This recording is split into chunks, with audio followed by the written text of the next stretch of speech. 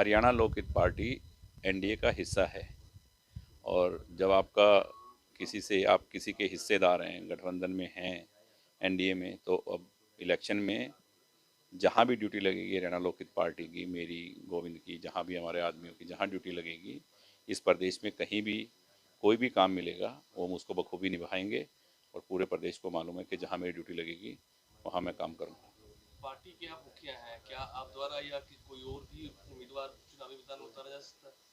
देखो, मैंने कहा ना कि ये हमारी मांग नहीं है कोई ऐसी, क्योंकि हम जब किसी का साथ देते हैं तो उसमें मांग नहीं रखते कि हमें कंडीशनली कुछ नहीं है। कंडीशनली कुछ नहीं होता, कंडीशनली सौदे होते हैं, हम सौदा नहीं करते, हम साथ देते हैं। तो हमारा साथ है उनको, एनडीए को, तो उसमें अगर कहीं भी हमारी जिम्मेवारी कोई ड्यूटी लगती है तो हम उसको निभाएंगे। हिसार लोकसभा क्षेत्र की चर्चाएं चली थी। तो ये चर्चाएं, ये सब आप साथी लोग चलाते हैं, आपकी मेहरबानी है, बात अलग है, पर मेरा कुछ ऐसा नहीं है कि हमने कभी अपने मुंह से नहीं कहा कि हम हिस्सा हैं, पर जहाँ ड्यूटी लगेगी वो निभाएंगे, कोई भी ड्यूटी लगेगी। अगर चर्चाओं पर मोड़ लगती है, क्या फिर मैंने केंद्र और कहा ना कि सरकार? जो ड्यूटी लगेगी वो निभाएंगे, तो इसमें कुछ भी हो सकता है। पिछले दिनों मेडिकल कॉलेज को लेकर सस्पेंस था कि मेडिकल कॉलेज नहीं कुछ नहीं, बनेगा। देखो ऐसा है, कभी हरियाणा सरकार ने कोई ऐसा पेपर है आपके पास, किसी के पास, या जिसने भी कहा, जिसने ये अफवाह उड़ाई, किसी के पास है कि हरियाणा गवर्नमेंट ने आपका मेडिकल कॉलेज कैंसिल कर दिया या नहीं बना रहे, है कुछ? फिर ये सब ये भ्रम फैलाने वाली बातें हैं।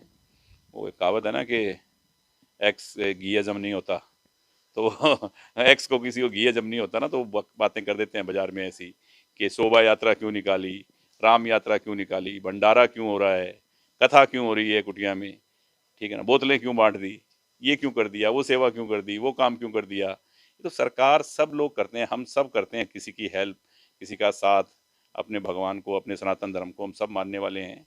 तो ये तो वो लोग हैं जिनको ये चीज़ें हजम नहीं होती, वो ऐसी बातें करते हैं। आपके कार्यकाल को खत्म होने में 5-6 महीने का वक्त पड़ा है, तो आगे क्या रूपरेखा लगेगी? देखो, जो काम मैंने बोले थे वो सब काम हो गए हैं, सब काम होंगे, कोई ऐसा काम नहीं रहेगा। डिमांड एक है कि कैसे नशा मुक्त हो हरियाणा और ख़ास करके सिरसा, और कैसे युवाओं को रोज़गार मिले। अब बात इस बात मेन बात यही रहेगी मेरी सरकार से कि ऐसी कोई इंडस्ट्रियल टाउनशिप आप लेके आएँ सिरसा में, जिससे युवाओं को रोज़गार मिले, क्योंकि जब रोज़गार मिलेगा वो अपने काम में व्यस्त होंगे, उनके पास काम होगा तो वो नशे से दूर होंगे। देश में एनडीए की ओर से लगातार कहा जा रहा है कि एनडीए इस बार 400 पार। आप प्रधानमंत्री नरेंद्र मोदी के कार्यकाल को किस रूप में देखते हैं? मैं तो यही चाहता हूँ कि जो उनकी सोच है, वो सरकार का, जब देश में अगर किसी का साथ दे रही है देश के लोग और जनता ने मन बनाया हुआ है, तो वो भारतीय जनता पार्टी के साथ। इसमें 400 पार और 450 पार, 425 पार, कुछ भी हो सकता है।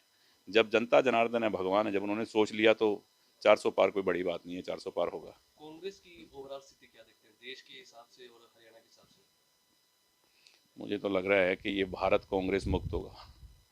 इनकी स्थिति तो मुझे ये ऐसी नज़र आ रही है, और जो सोच लेके चले हैं माननीय प्रधानमंत्री जी नरेंद्र मोदी जी और अमित शाह जी, तो वो इस सोच को, देश की जनता उनके साथ है और वो पूरा करेगी, और ये भारत कांग्रेस मुक्त होगा, इसमें कोई दो राय नहीं है। क्या कमी क्या लग रही है कांग्रेस में आपको? देखो, कमी क्या, अच्छाई क्या है, आप एक अच्छाई तो बता दो, तो फिर मैं कमियां गिनानी शुरू करूंगा।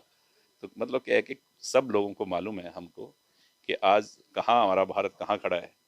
हिंदुस्तान में ही नहीं, भारत का नाम पूरे वर्ल्ड में कहाँ, किस पोजीशन पे, किस सम्मान से, किस तरीके से लिया जाता है, आदर से, ये पूरा हिंदुस्तान का बच्चा बच्चा युवा जानता है कि कितनी आज इंफ्रास्ट्रक्चर, कैसी सड़कें बन गई हैं, कैसा प्रदेश में तरक्की हो रही है, ये सबको मालूम है लगातार एक सवाल देश लोगों का। के बीच घूम रहा है कि जननायक जनता पार्टी बीजेपी के साथ अलायंस करके चुनाव लड़े।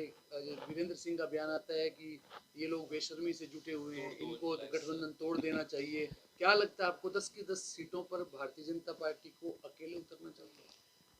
देखो, अमित शाह जी ने तो यहाँ सिरसा में रैली में कहा था कि 10 की 10 सीटें भारतीय जनता पार्टी अपनी अपने उस पे कमल पे लड़ेगी, अपने निशान पे लड़ेगी, और उसके बाद भी उन्होंने बोला है, और बाद में भी कई बातें आई हैं कि वो लड़ेंगे।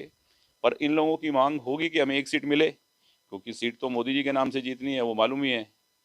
सीट मिले तो इन्होंने ऐसी बात कुछ रखी होगी, तो वो तो ये जाने या वो जाने, ठीक है ना। ये तो इन दोनों की बातें हैं, पर हमने ऐसी कोई बात नहीं की कि हमें कोई सीट मिले या क्या मिले, क्योंकि ये तो, हाँ, स्पोर्ट है अपनी, तो बिल्कुल है, तन मन धन से हैं, एनडीए का हिस्सा है, बिल्कुल है।